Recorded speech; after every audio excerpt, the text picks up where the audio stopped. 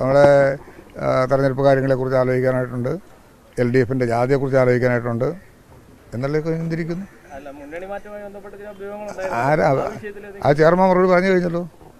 ഞങ്ങൾക്ക് ദിവസം തോറും മണിക്കൂർ തോറും മാറി മാറി പറയുന്ന ഒരു പാർട്ടിയല്ല. പാർട്ടി ചെയർമാൻ അഭ്യൂഹങ്ങൾക്ക് വിരാമം ഇട്ടുകൊണ്ട് ഇന്നലെ മറുപടി പറഞ്ഞു കഴിഞ്ഞു.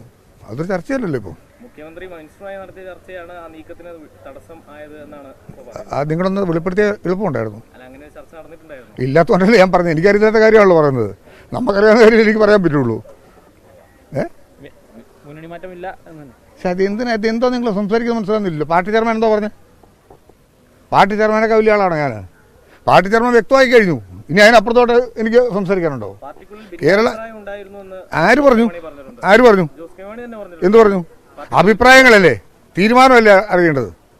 ഏതൊരു പാർട്ടിയും മീറ്റിംഗ് കൂടുന്ന സമയത്ത് മീറ്റിങ്ങിലുണ്ടാകുന്ന അഭിപ്രായങ്ങളെ ക്രോഡീകരിച്ചുകൊണ്ട് അതല്ലെങ്കിൽ പാർട്ടി ചെയർമാൻ എടുക്കുന്ന നയപരമായ സമീപനങ്ങൾ തുറന്നു പറയുമ്പോൾ അതല്ല അതിൻ്റെ അവസാന വാക്ക്. അത് പാർട്ടി ചെയർമാൻ വ്യക്തമായി കഴിഞ്ഞിട്ടുണ്ടല്ലോ എന്ന് പറഞ്ഞു അദ്ദേഹം. അല്ല, അങ്ങനെ പറഞ്ഞോ? ആ, ശരി. ലോകത്തെവിടെയായാലും ഏത് സമയത്തും 24 വാർത്തകളും ഓഗ്മെന്റഡ് റിയാലിറ്റി പാക്കേജുകളും എക്സ്പ്ലെയിനറുകളും വിശദമായി കാണാൻ ഞങ്ങളുടെ യൂട്യൂബ് ചാനൽ നിങ്ങൾക്ക് സബ്സ്ക്രൈബ് ചെയ്യാം.